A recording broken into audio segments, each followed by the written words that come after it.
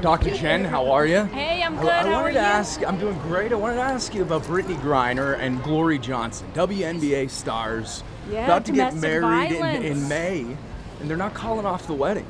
Yeah. Is this a healthy relationship?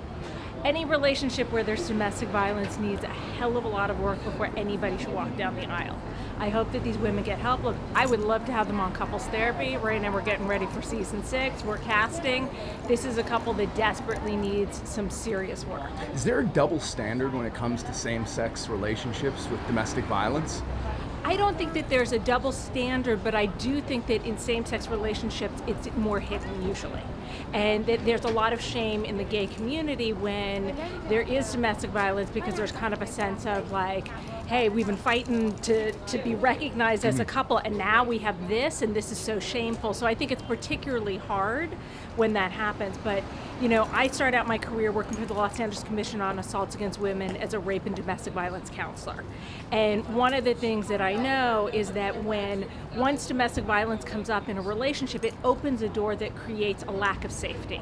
And it's very, very challenging as a therapist to do couples therapy unless it's under exactly the right circumstance, because one person will feel like, I can't be honest in couples therapy. If I do, she's going to beat the shit out of me.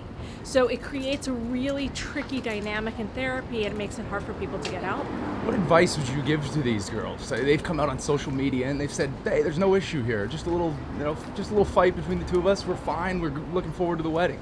Well, my advice for these ladies is, first of all, to acknowledge how serious this problem is. Unfortunately, these women are role models to other young women.